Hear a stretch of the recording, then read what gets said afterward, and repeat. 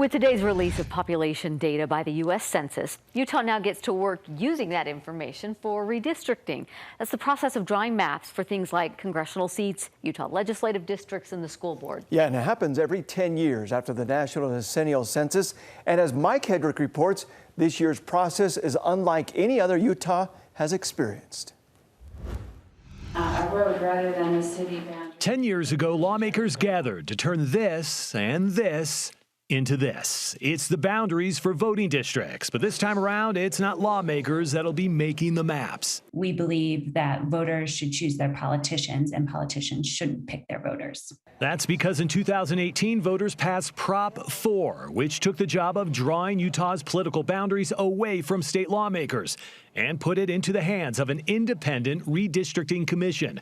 Katie Wright is the executive director of Better Boundaries. It's a nonprofit that pushed the ballot initiative so partisan politics would not cause gerrymandering. We would like an independent process where people with conflict of interest aren't involved in the decision making. Lawmakers and Better Boundaries then reached a compromise on just how to define criteria and procedures for the new commission, all of which means a more open process. The Utah Independent Redistricting Commission will do their entire process in sunlight, meaning that it's fully transparent with no decisions being made behind closed doors. We're going to start Monday.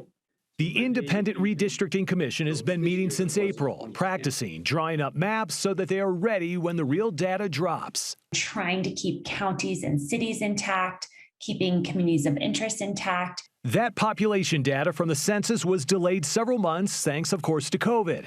Now they have a very short timeline. Public input is gathered until November 1st. Maps must then be drawn just 2 weeks later.